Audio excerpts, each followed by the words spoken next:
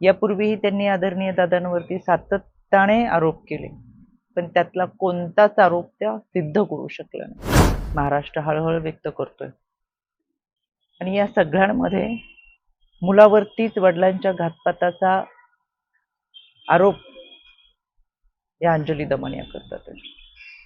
या नीच पातळीचं किळसवाणं विधान अंजली दमन यांनी केलं. अंजली दमनिया यांची आजची विधानं ऐकली आणि समाजामध्ये किती खालच्या पातळीची विकृत प्रवृत्ती असू शकते हे एकदा पाहायला मिळालं. अंजली दमन यांना सवय आहे अनेक कपोलकल्पित कथा सांगायच्या आणि एखाद्या व्यक्तीला, एखाद्या कुटुंबाला सातत्याने बदनाम करत राहायचं. यापूर्वीही त्यांनी आदरणीय दादांवरती सातत्याने आरोप केले, पण त्यातला कोणताच आरोप त्या सिद्ध करू शकला नाही. आता त्यांचे पुत्र पार्थ पवार यांच्यावर आरोप करतात. खरं तर या कुटुंबियांनी आपल्या घरातला व्यक्ती गमावलेला आहे.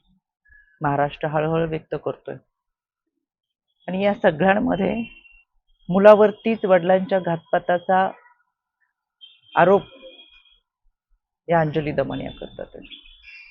या नीच पातळीचं किळसवाणं विधान अंजली दमन यांनी केलं. खारगे समितीचा अहवाल येण्यापूर्वी ज्या पद्धतीची विधानं आहेत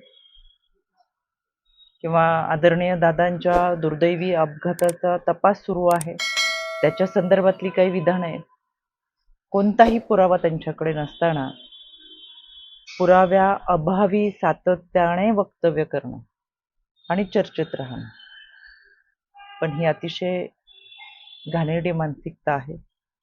त्याच्यामुळे अंजली दमनिया इथून मागे आपण अनेक विधानं केली, अनेक व्यक्तींवर केली, पण आजतागायत आपण कोणताही आरोप सिद्ध करू शकला नाही.